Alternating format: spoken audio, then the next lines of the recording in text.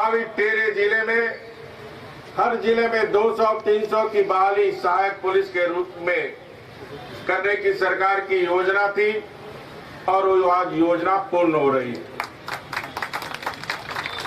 जो सहायक पुलिस हमारी बहाली हुई है, उन सभी नौजवान नवयुवतियों से मेरा अनुरोध होगा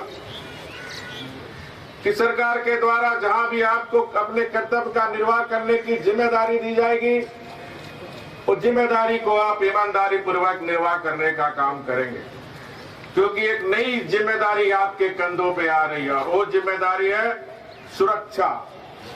अपने राज्य को हमें सुरक्षित रखना और 3 वर्ष के बाद जो सहायक पुलिस में अच्छे काम करते जाएंगे, उनको पुलिस की नौकरी में हम प्राथमिकता देकर उनको परमानेंट सिपाही का दर्जा भी देंगे।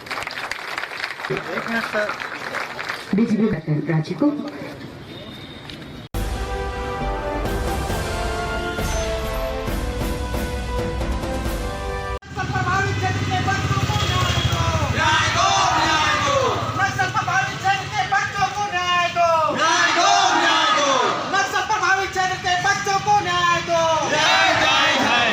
हमारे बच्चों की मांगे जय जय, हमारी बच्चों की मांगे जय जय।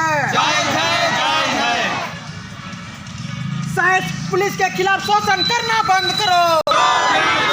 नक्सल प्रभावित क्षेत्र के बच्चों को न्याय दो। नक्सल प्रभावित क्षेत्र के बच्चों को न्याय दो। झारखंड सहायक पुलिस की मांगे पूरी करो।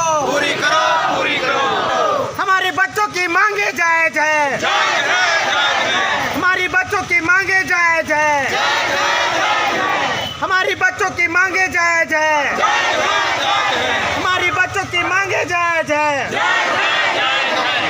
राज्य में सहायक पुलिसकर्मियों के साथ पक्षपात करने को लेकर अब उनके परिजन भी उनके इस लड़ाई में कूद चुके हैं। अभी आपने एक वीडियो देखा जिसमें तत्कालीन मुख्यमंत्री रघुवर दास ने इन सहायक पुलिसकर्मियों को नियुक्ति पत्र दिया था, लेकिन हेमंत सोरेन की सरकार ने उन्हें नौकरी में ना तो अस्थायीकरण किया जा रहा है और ना ही उनका मानदेय दिया जा रहा है। अब राज्य भर में पदस्थापित सहायक पुलिसकर्मियों के परिजन उनकी लड़ाई में कूदकर आंदोलन कर रहे हैं और उनकी मांग को जायज ठहराते हुए न्याय करने की मांग की है। ज्ञात हो कि पूर्व मुख्यमंत्री रघुवर दास ने जिले को नक्सल मुक्त बनाने की दिशा में नक्सल प्रभावित क्षेत्रों से युवक युवतियों की बहाली की थी। अस्थायीकरण करने के लिए सभी सहायक पुलिस को पूर्व मुख्यमंत्री रघुवर दास ने भरोसा दिया था, लेकिन सरकार बदलते ही सहायक पुलिस की फरियाद भी अब अनसुनी हो गई, जिसको लेकर धरने पर बैठक सहायक पुलिस के माता पिता और अन्य अभिभावक कचहरी परिषद में 1 दिवसीय धरना दिया। धरना के माध्यम से वर्तमान सरकार से अपने बच्चों की मांग को जायज बताते हुए अविलंब मुलाकात कर धरना को समाप्त करने की गुहार लगाई है। इस दौरान माता पिता ने बताया कि बच्चे देश का भविष्य हैं, भविष्य बचाने की बात कही है। गुमला से अजीत सोनी की रिपोर्ट। कार्यों को कहीं ना कहीं अनदेखी किए और उस अनदेखी होने के कारण हम लोगों को इस सहायक पुलिस परिवार के भाई बहनों को, हमारे एक बहनों को हम लोग खो दिए। उस बहने का नाम मैं बताना चाहता हूँ रेंगा है। तो हम लोग की मांगे हैं कि हम एक सम्मानजनक, हम लोग को जीने खाने के लिए एक सम्मानजनक वेतन तो आप लोग लागू कीजिए और हम लोग का भविष्य क्या है आगे उसको हम निर्णय क्लियर कीजिए। आप कहते हैं सरकार के 5 साल के बाद आपका अनुबंध किसी भी परिस्थिति में आगे नहीं बढ़ेगा, तो हम ये भी कहना चाहते हैं कि अगर नहीं बढ़ेगा तो हम इतना जीवन सारा अपना त्याग दे दिए, तो उस त्याग जीवन को उसके बाद में हम रास्ता कहाँ जाएंगे? वो रास्ता हम सरकार से क्वेश्चन करना चाहते हैं कि हम कहाँ जाएंगे, हमको रास्ता बताए। आपका सोच था कि नक्सल प्रभावित इलाका से नक्सल को इस झारखंड से तमाम नष्ट करने का, तो सहायक पुलिस जब से बहाल हुआ है तब से सहायक जो नक्सल भी कमी हुई है। तो अब क्या चाहते हैं सरकार? हम लोग पुनः अपना घर चले जाएं? अच्छा, घर जाने के भी बाद में हम लोग कुछ पास बचा ही नहीं रहे, कहाँ नहीं जा सकता है। बात रही कि मजबूरी ऐसी है कि ऐसे हम लोग का संगठन में आए हैं, मतलब सहायक पुलिस में आए हैं कि बहुत लोग ऐसे लोग हैं, हम नाम नहीं लेना चाहते हैं, अब हमको जानकारी भी नहीं है, लेकिन इतना जानकारी है कि हम लोग का जो एरिया कमांडर तक भी रह चुका है, वो लड़का अपना सरकार के पास मुख्य धारा में जुड़ करके सहायक पुलिस में अभी भी है और आंदोलन कार्यरत वहाँ पर मोराबादी मैदान में है अभी भी। ये सरकार चाहती है एक तरह से कि नक्सल में मुख्य धारा से जोड़ने का बात करती है और एक तरह से लात मार के भगाना चाहती है सहायक पुलिस को। फिर से नक्सल बनाने की अब सरकार की क्या राय है क्या नहीं वही बता पाएंगे। सरकार कहती है कि ये अगले सरकार की पाप है। हम कहना भी चाहते हैं कि सरकार जो अगले सरकार पाप किया इसीलिए आपका कुर्सी मिला है, नहीं तो आपका कुर्सी नहीं रहती। इस मर्यादा के घमंड के चूर होने के बाद में आप ये कहते होंगे कि शायद अगले सरकार की पाप है, कहीं ना कहीं आपका भूल है। हो सकता है आपको भी ये नौबत दिखने पड़ेगा जो कि आप आज फॉर्च्यूनर में घूम रहे हैं, महंगा गाड़ी में घूम रहे हैं। एक दिन आपको भी ऐसा नौबत आएगा कि आपको भीख मांगना पड़ेगा हम लोग के माँ बाप के साथ।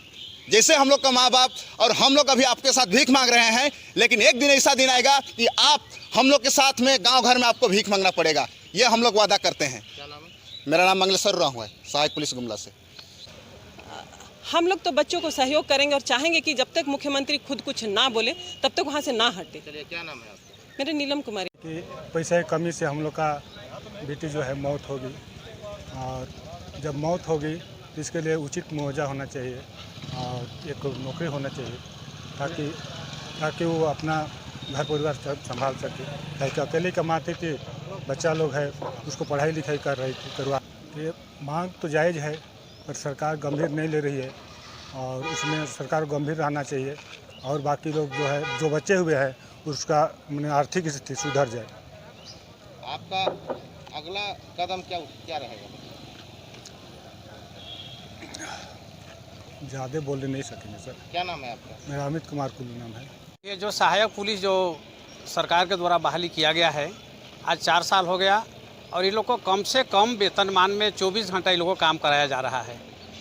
वो भी ठीक है, लेकिन अपनी मांगों को लेकर ये लोग अभी 1 महीना से रांची मोरहाबादी में धरना पर बैठे हुए हैं। न तो मुख्यमंत्री महोदय इन लोग का सूद ले रहे हैं, ना ही कोई इनका प्रतिनिधि आके उनसे मिल रहे हैं, जिसके चलते हम लोग गार्जियन लोग हमारे गुमला जिला से सभी जगह के जिला से हम जो अभिभावक हैं हम लोग आंदोलन के लिए तैयार हुए हैं। आज 1 महीना हो गया इन लोगों का हड़ताल और इन लोग का जो मांग है जायज़ है। चूँकि इन लोग को जितना वेतन मिलता है हमको लगता है कि सरकारी कर्मचारी को सबसे कम वेतन सहायक पुलिस को ही मिलता है। तो इन लोग का जो मांग है कि औरों को जो वेतन दिया जाता है पुलिस लोगों को वो दिया जाए और जब तक इनको मांग नहीं पूरा होता है तब तक हम लोग जो अभिभावक हैं हम लोग आंदोलन में और भी आगे जाएंगे। क्या नाम है आपका? महावीर साहू, नागफेनी।